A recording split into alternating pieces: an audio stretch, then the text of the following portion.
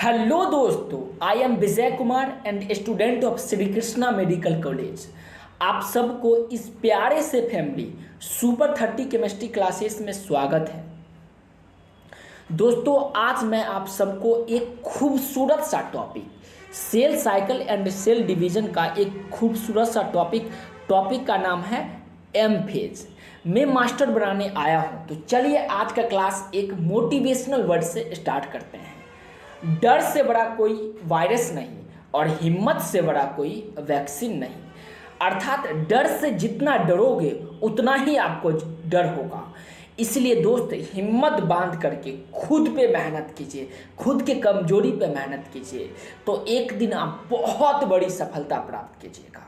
तो चलिए इसी के साथ आज का क्लास स्टार्ट करते हैं। आज के क्लास में हम लोग पढ़ेंगे एम फेज और ये बताएंगे कि एनसीईआरटी के किस लाइन से नीट में सवाल पूछा जा चुका है या आगे पूछे जाने की संभावना है।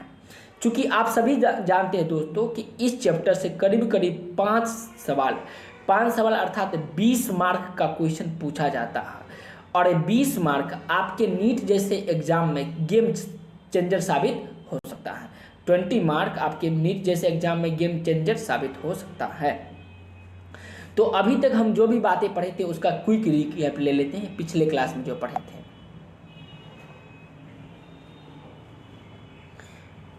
तो पिछले क्लास में हम लोग देखे थे सेल साइकिल, हम लोग दोस्त देखे थे सेल साइकिल। सेल साइकिल में मेनली रूप से डीएनए का रेप्लिकेशन, सेल साइकिल में डीएनए का रेप्लिकेशन होगा, आरएनए का सिंथेसिस होगा, प्रोटीन का सिंथेसिस होगा, सेल डिवाइड करेगी, ये सब कार्य हम लोग देख लिए थे। ये बताए थे सेल ग्रोथ, साइटोप्लाज्म में इंक्रीज को हम लोग सेल ग्रोथ कहेंगे। डीएनए सिंथेसिस सेल साइकिल के एक स्पेसिफिक फेज में होता है जिसको हम लोग एस फेज कहते हैं। क्या कहते हैं दोस्त? एस फेज कहते हैं। एस फेज में डीएनए का रेप्लिकेशन होता है। ये सब बातें हम लोग पिछले क्लास में पढ़ लिए थे। अब हम लोग आगे बढ़े थे, उसके बाद देखे थे phases of cell cycle. Phase of cell cycle, cell cycle का जो फेज था, तो अलग अलग organism to organism and cell cycle to cell क्या करती है? Phases of cell cycle change होता है। जैसे ह्यूमन का सेल साइकिल होता है अप्रॉक्सीमेटली 24 आवर, जबकि ईस्ट में सेल टू सेल का 90 मिनट में सेल साइकिल पूरा होता है। सेल साइकिल को मुख्य रूप से 2 भागों में बांटा गया है। एक को इंटरफेज बोलेंगे, दूसरा को एम फेज बोलेंगे। इंटरफेज को भी फर्दर 3 भाग में बांटा गया है, G1 phase, S phase and G2 phase. G1 phase को सबसे बड़ा फेज कहते हैं हम लोग, सेल साइकिल का सबसे बड़ा फेज या इंटरफेज का सबसे बड़ा फेज को G1 फेज कहेंगे। फिर S फेज होता है और G2 फेज, और M फेज को माइटोटिक्स फेज भी कहते हैं। M फेज में होता है further prophase, metaphase, anaphase, telophase and cytokinesis. ये सब बातें हम लोग देखे थे। देखिए 24 आवर में 95% ड्यूरेशन होता है इंटरफेज में, और 1% भाग ही अदर फेज में होता है। एम फेज जो होता है इसमें न्यूक्लियर डिवीजन होता है। न्यूक्लियर डिवीजन का मतलब साइटोकाइनेसिस का मतलब होता है न्यूक्लियर डिवीजन, और अगर उसके साइटोप्लाज्म में डिवीजन होगा तो उसको बोलेंगे साइटोकाइनेसिस। कैरियोकाइनेसिस का मतलब होता है न्यूक्लियर का डिवीजन, और साइटोप्लाज्म का डिवीजन का मतलब karyokinesis. Interphase through out the resting phase, interphase को हम लोग क्या कहेंगे? रेस्टिंग फेज कहेंगे। इसमें सेल मेटाबॉलिकली एक्टिव होता है। सेल क्या होता है दोस्त? मेटाबॉलिकली एक्टिव होता है।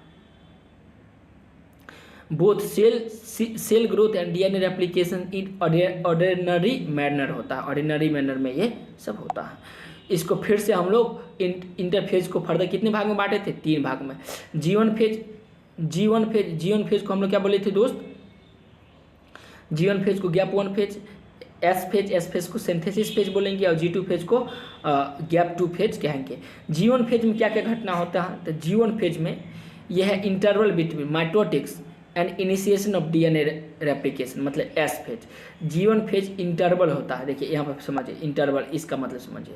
देखिए यह है इंटरवल बिटवीन, ये G1 फेज जो है, G1 फेज ये इंटरवल है किस के बीच का? तो एम फेज और डीएनए सिंथेसिस मतलब एस फेज के बीच के भाग को हम लोग G1 फेज कहेंगे।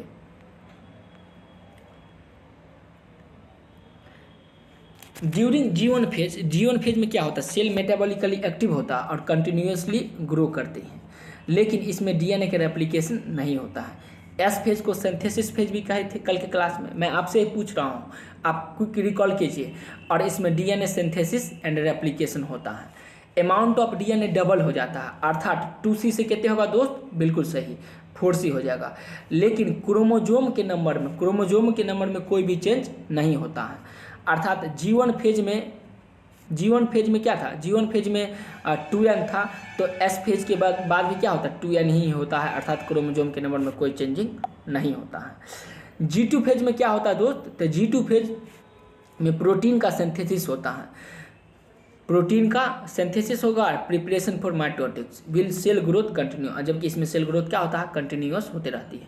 तो G1 फेज देख लिए, S फेज देख लिए और G2 फेज देख लिए, तीनों का काम भी देख लिए। और इस लाइन से कई बार सवाल भी पूछा जा चुका है, ये भी बताए थे। कुछ ऐसा सेल होता है जैसे हार्ट सेल और नर्व सेल, ये कभी भी डिवाइड नहीं करती है। उसके बाद हम लोग देखे थे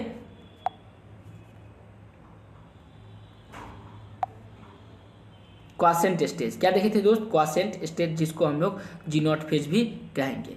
क्या होता है, cell that do not divide further exist G1 phase to enter an inactive stage. देखिए, जब सेल डिवाइड नहीं करेगी और एग्जिस्ट कर जाएगा G1 फेज से, तो वह इंटर करेगी किस में, एक इनएक्टिव स्टेज में इंटर करेगी, जिसको हम लोग क्वासेंट स्टेज या G0 फेज भी कहते हैं। इसमें सेल क्या होता है, इनएक्टिव स्टेज में होता है। लेकिन सेल जो होता है मेटाबॉलिकली एक्टिव होगा, लेकिन वो डिवीजन के लिए इनएक्टिव स्टेज में होता है। ये सब बातें हम लोग पढ़ लिए थे। एनिमल सेल में क्या होता है, एनिमल सेल, फिर प्लांट सेल में क्या होता है, ये सब बातें हम लोग पढ़े थे। तो आज की क्लास में काफ़ी डिटेल से पढ़ेंगे एम फेज। तो अपने माइंड को कंसंट्रेट करके और मेरे वर्ड पे ध्यान दे करके ध्यान से ध्यानपूर्वक पढ़िएगा, तो आपको मज़ा आ जाएगा। तो चलिए स्टार्ट करेंगे एम फेज। एम फेज का एनसीईआरटी का प्रत्येक लाइन से किस तरह से सवाल बनेगा ये भी जानेंगे। मैं एक लाइन पढ़ूंगा और उससे जो क्वेश्चन बनेगा वो मैं आपसे पूछूंगा, ठीक है, और आप उसका जवाब दीजिएगा। This is the most dramatic period of the cell cycle. M phase जो होता है, जिसको माइटोटिक्स फेज भी कहते हैं। एम फेज का अनदर नाम पूछे, क्या बताना दोस्त, माइटोटिक फेज,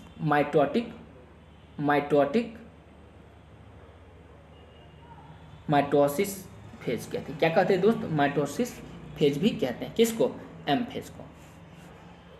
ये मोस्ट ड्रामेटिक पीरियड होता है, सेल साइकिल का सबसे ज़्यादा ड्रामा कहाँ होता है, तो एम फेज में ही होता है। आपको बताए थे इंटर फेज मतलब बड़का भाई और एम फेज मतलब छोटका भाई। तो छोटका भाई बहुत ड्रामा करता है, देखिएगा, या छोटा बहन भी घर में रहेगा तो बहुत ड्रामा करता है ना, तो उसको क्या कहेंगे हम लोग, most dramatic period of cell cycle. Involve in major reorganisation of virtual all component of cell. इसमें इन्वॉल्व होता है, रीऑर्गेनाइज करती, virtual all component of cell को वर्चुअली रीऑर्गेनाइज किया जाता है। किस फेज में, तो एम फेज या ड्रामेटिक फेज में, जिसको हम लोग माइटोसिस भी कहते हैं। Since the number of chromosome in the parent and progeny cell is same. देखिए, इसमें नंबर ऑफ पेरेंट में जितना क्रोमोजोम का नंबर होगा उतना ही प्रोजेनी में भी होगा, मतलब उसके बच्चे में भी होगा। मान लीजिए ये क्या पेरेंट है, ये उसका प्रोजेनी, ये उसका प्रोजेनी, ये इसका प्रोजेनी, इस तरह से बनती है, प्रोजेनी बनती है, ठीक है। तो अगर इसमें होगा नंबर ऑफ क्रोमोजोम n, इसमें होगा नंबर ऑफ क्रोमोजोम दोस्त n, तो इसमें भी कितना n, इसमें भी n, इसमें भी n, मतलब नंबर ऑफ क्रोमोजोम पेरेंट में और प्रोजेनी में दोनों में इक्वल होता है। तो सवाल यहाँ इस लाइन से ये पूछा जा सकता है कि सेल साइकिल का कौन ऐसा फेज होता है जिसमें नंबर ऑफ क्रोमोजोम पेरेंट और प्रोजेनी का सेल होता है। क्या बताएंगे, एम फेज या माइटोसिस फेज कहेंगे। आगे का लाइन पढ़िए। माइटोसिस क्या होता है, सेल सेम होता है। It is called as equational division, इसलिए इसको क्या बोलेंगे, इक्वेशनल डिवीजन भी कहते हैं। क्यों, क्योंकि पेरेंट एंड प्रोजेनी का क्रोमोजोम का नंबर क्या होता है, इक्वल होता है, इसलिए हम लोग इसको इक्वेशनल डिवीजन भी कहेंगे। तो देखिए, अब एम फेज का कितना काम है दोस्तों, मैं आपसे पूछ रहा हूँ, बताओ तो। पहला नाम है एम फेज को, पहला नाम एम ए फेज होगा, दूसरा को बोलेंगे माइटोसिस बोलेंगे, और तीसरा नाम क्या बोलेंगे दोस्त, तो इक्वेशनल डिवीजन। क्या बोलेंगे, इक्वेशनल डिवीजन। इक्वेशनल डिवीजन क्यों, क्योंकि यहाँ पे पेरेंट का एंड प्रोजेनी सेल में क्रोमोजोम का नंबर क्या होता है, इक्वल होता है। क्रोमोजोम का नंबर इक्वल होगा, इसलिए इसको इक्वेशनल डिवीजन भी कहते हैं। Through for convenience mitosis has been divided into 4 stage of division. Convenience के आधार पे, आसानी पूर्व के आधार पे माइटोसिस को फिर से कितने भागों में बांटा गया है, न्यूक्लियर डिवीजन कितने भागों में, न्यूक्लियर मतलब साइटोकाइनेसिस की कितने भागों में बांटा गया, टोटल 4 फेज में बांटा गया है। तो चारों फेज का नाम देखिए, मेरे साथ ध्यानपूर्वक पढ़िएगा, ठीक है। चारों फेज का नाम बोलेगा कैरियोकाइनेसिस का, या न्यूक्लियर डिवीजन, या इक्वेशनल डिवीजन, या एम फेज, या माइटोटिक्स डिवीजन का टोटल 4 फेज है, उसका नाम बोलो। तो पहला फेज का नाम बोलना है दोस्त प्रोफेज, फिर मेटाफेज, फिर एनाफेज एंड लास्ट टीलोफेज। एक बार रिपीट कीजिए मेरे साथ, prophase, metaphase, anaphase and telophase. ये क्या कैरियोकाइनेसिस का 4 भाग है, 4 स्टेज है। It is very essential to understand that cell division is progressive process. Cell division जो होता है प्रोग्रेसिव प्रोसेस होता है, मतलब लगातार प्रोसेस, हमेशा प्रोग्रेस करते रहती है, इंक्रीज करते रहती है। And very clear cut line can not be drawn between various state. कोई क्लियर कट लाइन भी नहीं है कि प्रोफेज अलग है, मेटाफेज अलग है, टीलोफेज अलग है और एनाफेज अलग है। ये अलग अलग जो चारों फेज है, इस चारों फेज का कोई क्लियर कट डिवीजन भी नहीं है। और ये भी बहुत ज़्यादा इम्पोर्टेंट है समझना कि ये जो होता है प्रोग्रेसिव फेज होता है। कैसा होता है दोस्त, सेल डिवीजन एक प्रकार का प्रोग्रेसिव फेज होता है सेल साइकिल का। Karyokinesis involve following stage, karyokinesis नीचे फ्लोविंग स्टेज में इन्वॉल्व होता है। पहला को बोलेंगे प्रोफेज, दूसरा मेटाफेज, एनाफेज एंड टीलोफेज। तो चलिए आज के क्लास में काफ़ी डिटेल से जानेंगे कि प्रोफेज क्या होता है। उससे पहले ये जान लेते हैं कि एम फेज जो पढ़े हैं इससे कौन कौन सवाल पूछा जा सकता है। तो पहला सवाल तो यही कि एम फेज का दूसरा नाम, तो बोलेंगे माइटोसिस। इसको मोस्ट ड्रामेटिक कौन ऐसा फेज है सेल साइकिल का जिसको मोस्ट ड्रामेटिक फेज बोलेंगे, तो बोलेंगे एम फेज होता है। इसमें क्रोमोजोम नंबर पेरेंट का और प्रोजनी का क्या होता है, इक्वल होता है, इसलिए इसको दूसरा नाम इक्वेशनल डिवीजन भी कहेंगे। इसको कितने भाग में बांटा गया है, कैरियोकाइनेसिस को का कितना स्टेज है, तो टोटल 4 स्टेज। 4 स्टेज का नाम बोलो। पहला का नाम बिल्कुल सही, प्रोफेज। मैं आपसे पूछ रहा हूँ, हाँ, दूसरा का नाम, वाह वेल डन, मेटाफेज। उसके बाद टीलोफेज, एनाफेज एंड टीलोफेज। तो इस टाइप का सवाल पूछा जा सकता है इस पैराग्राफ से। अब अगला पैराग्राफ निकालते हैं और उसमें पहला फेज पढ़ेंगे प्रोफेज। बहुत ही ज़्यादा इम्पोर्टेंट फेज है ये। एम फेज या माइटोटिक फेज का सबसे ज़्यादा इम्पोर्टेंट फेज में से एक पहला फेज है।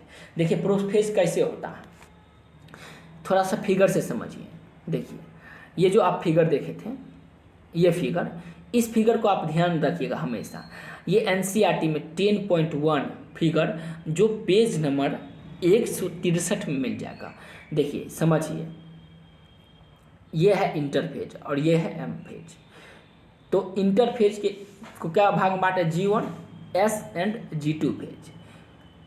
G2 फेज जैसे ही इंड होती है तो एम फेज का प्रोफेज स्टार्ट हो जाता है। G2 फेज जैसे इंटरफेज के G2 फेज जैसे ही इंड होगा, एम फेज के प्रोफेज क्या होता है, स्टार्ट हो जाता है। ये इंड और ये स्टार्ट नहीं, ये कौन फेज है, इंटरफेज का, और ये एम फेज का पार्ट्स है। अब चलिए इसके बारे में लाइन पढ़ते हैं, एनसीईआरटी का line.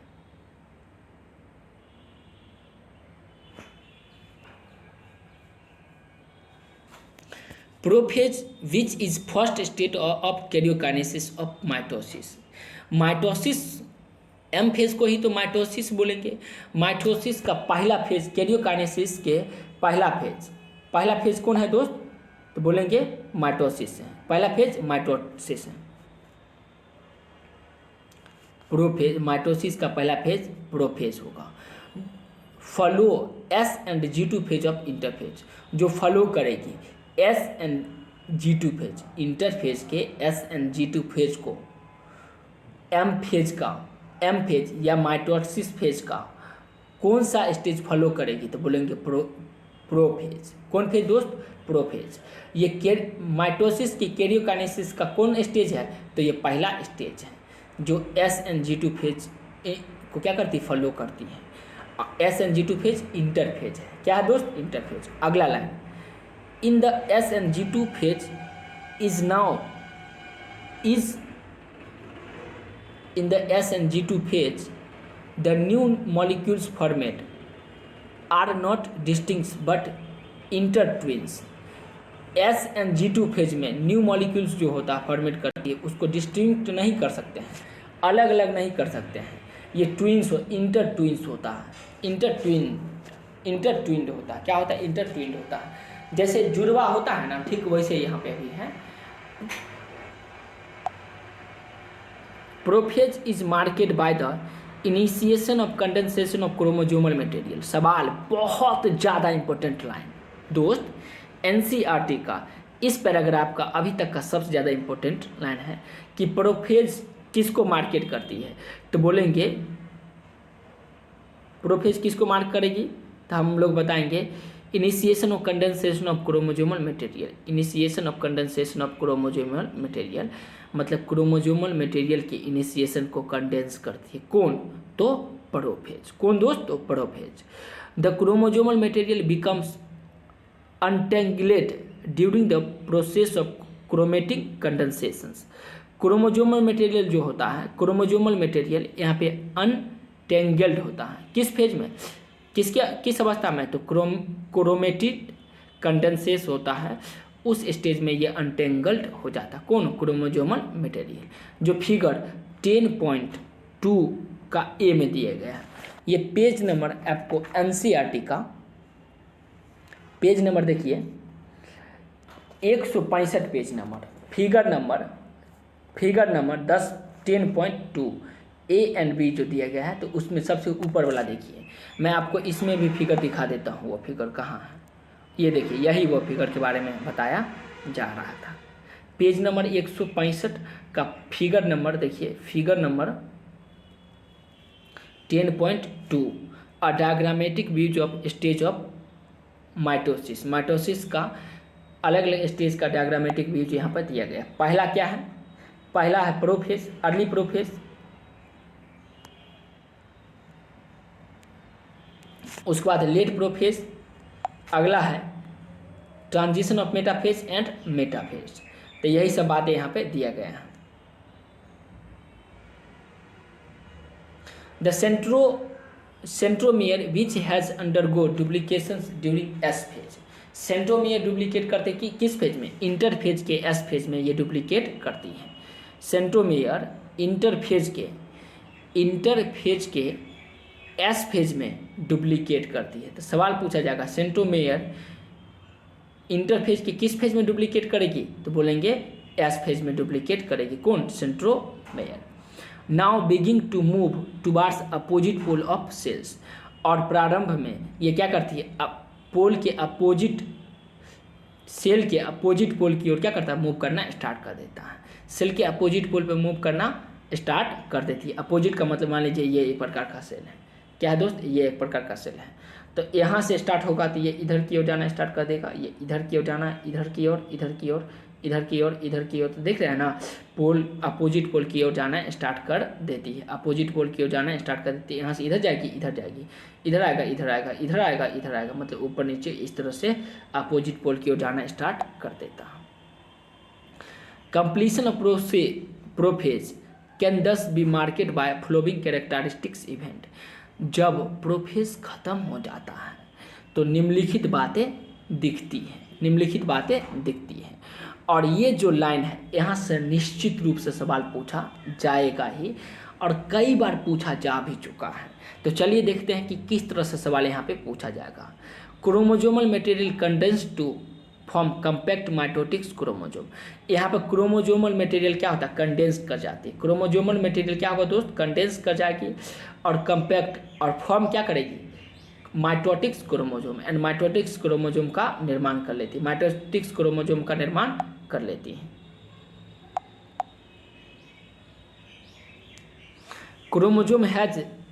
Chromosome are seen in the composed of two chromatid attached together at the centromere. देखिए क्रोमोजोम जो होता है वो सीन करती है कंपोज्ड ऑफ टू क्रोमेटिड, जब दो क्रोमेटिड आपस में जुड़ती है, कंपोज करती है और अटैच कर जाती है किससे, सेंट्रोमियर से, तो क्रोमोजोम क्या होता है, दिखाई देने लगती है। तो क्रोमोजोम क्या करता है दोस्त, दिखाई देने लगती है। तो पहला तो यही इंपॉर्टेंट है कि क्रोमोजोमल मटेरियल कंडेंस करके और कंपैक्ट करते किससे, माइटोटिक्स क्रोमोजोम से, एंड क्रोमोजोम सीन करते दिखाई देती कब, कंपोज ऑफ टू क्रोमेटिड, जब दो क्रोमेटिड जुड़ करके और जुड़ अटैच्ड हो करके और किसके साथ जुड़ती है, सेंट्रोमियर के साथ जुड़ती है, तो क्रोमोजोम दिखाई देता है। पहला लाइन इंपॉर्टेंट, इससे सवाल पूछा जा सकता है। दूसरा line, centrosome which has undergo duplicate during interphase. Centrosome जो होता है वो डुप्लीकेट करती है किस फेज में, तो इंटरफेज में। Begin to move towards opposite pole of the cell cycle, and प्रारंभ में यह सेल साइकिल के अपोजिट पोल की ओर मूव करना स्टार्ट कर देता है। सेल साइकिल के अपोजिट पोल की ओर मूव करना स्टार्ट कर देता है। देख रहे हैं ना, अपोजिट पोल की ओर मूव करना स्टार्ट कर दिया है, अपोजिट पोल की ओर मूव कर दिया है। Each centromere radiates out microtubules called ester। प्रत्येक सेंट्रोमेयर रेडिएट करेगी किसकी ओर, माइक्रोट्यूब्यूल्स की ओर, जिसको हम लोग क्या बोलेंगे, एस्टर बोलेंगे। क्या बोलेंगे दोस्त, एस्टर बोलेंगे। सवाल पूछा जाएगा, प्रत्येक क्रोमोजोम रेडिएट करती है किसकी ओर, आउट माइक्रोट्यूब्यूल्स की ओर, जिसको हम लोग क्या बोलेंगे, एस्टर बोलेंगे। The two aster together with spindle fibre form mitotics apparatus. दोनों एस्टर क्या करेगी, स्पिंडल फाइबर की ओर जाकर के अपोजिट माइटोटिक्स एपरेटस का निर्माण कर लेती है। इसके अंतर्गत प्रोफेज के अंतर्गत क्या क्या काम होता है, कौन इंपॉर्टेंट बातें हैं जो यहाँ पे दिया गया है, यही देख रहे हैं ना, प्रोफेज का फिगर है, अर्ली प्रोफेज और यह है लेट प्रोफेज। देख रहे हैं अपोजिट पोल की ओर जाना स्टार्ट कर दिया, अपोजिट पोल की ओर क्या किया दोस्त, इधर इधर इधर अपोजिट पोल की ओर जाना यह स्टार्ट कर दिया। Cell at the end of prophase when views under the microscope. Cell at the end of prophase, जब प्रोफेज का एंड होगा तो सेल दिखाई देगा किसके थ्रू, तो माइक्रोस्कोप के थ्रू हम इसको देखेंगे। तो क्या पता चलेगी, ये बातें बहुत इंपॉर्टेंट बातें हैं। क्या पता चलेगी, do not show Golgi complex, Golgi complex नहीं दिखाई देगी। इंडोप्लाज्मिक रेटिकुलम भी दिखाई नहीं देगी। न्यूक्लियोलस एंड न्यूक्लियर इन्वेलप ये सब कुछ दिखाई नहीं देती है। देखिए सवाल पूछा जाएगा कि प्रोफेज के एंडिंग के बाद कौन कौन ऐसा सेल ऑर्गेनेल्स है जो दिखाई नहीं देगी। क्या बताना है, Golgi complex, endoplasmic reticulum, nucleolus and nuclear envelope ये सब दिखाई नहीं देती है। तो चलिए एक बार रिव्यू कर लेते हैं प्रोफेज क्या होता है।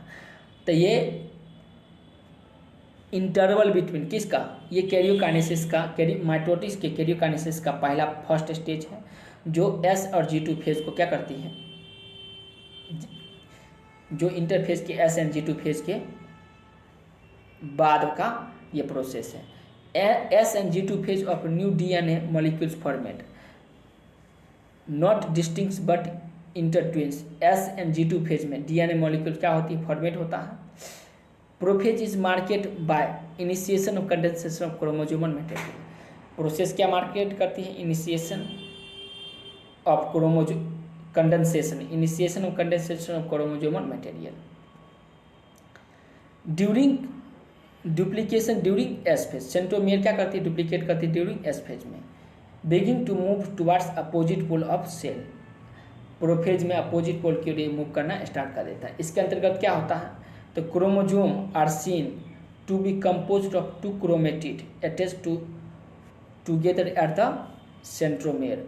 क्रोमोजोम क्या करती है, दिखाई देती है कब, जब दो क्रोमेटिड अटैच करके और किसके ओर मूव करने लगती है, किसके ओर जाती है दोस्त, क्या बनाती है, सेंट्रोमेयर बनाती है, तो क्रोमोजोम दिखाई देने लगती है। अगला लाइन था, each centromere radiates out microtubules called Easter. प्रत्येक सेंट्रोसोम जो होता है रेडिएट करती है किसकी ओर, माइक्रोट्यूब्यूल्स की ओर, जिसको हम लोग क्या कहेंगे, एस्टर कहेंगे। Two aster together with spindle fibre for mitotics apparatus. 2 aster मिल करके और माइटोटिक्स एपरेटस का निर्माण करती है। इसमें महत्वपूर्ण बातें क्या क्या क्या दिखाई नहीं देती हैं, जब इलेक्ट्रॉन माइक्रोस्कोप से देखेंगे तो क्या नहीं दिखा देगी, Golgi complex, endoplasmic reticulum, nucleolus and nuclear envelope दिखाई नहीं देगी। तो उम्मीद करते हैं आज का क्लास आपको समझ में आया होगा। कुछ भी प्रॉब्लम है तो कमेंट बॉक्स में मेंशन कीजिए। ये वीडियो अच्छा लगा तो चैनल को सब्सक्राइब कीजिए और इस चैनल के लिंक को शेयर कीजिए, ताकि आपके ही जैसे पढ़ने वाले बच्चे इस ग्रुप में जुड़े और कंपटीशन बढ़े आप लोगों के बीच। जब भी कंपटीशन बढ़ेगा तो आप सबका क्या होगा, फायदा होगा। और तब तक खुश रहिए और खुशियाँ फैलाते रहिए। फिर मिलते हैं किसी नेक्स्ट वीडियो के माध्यम से। धन्यवाद दोस्तों।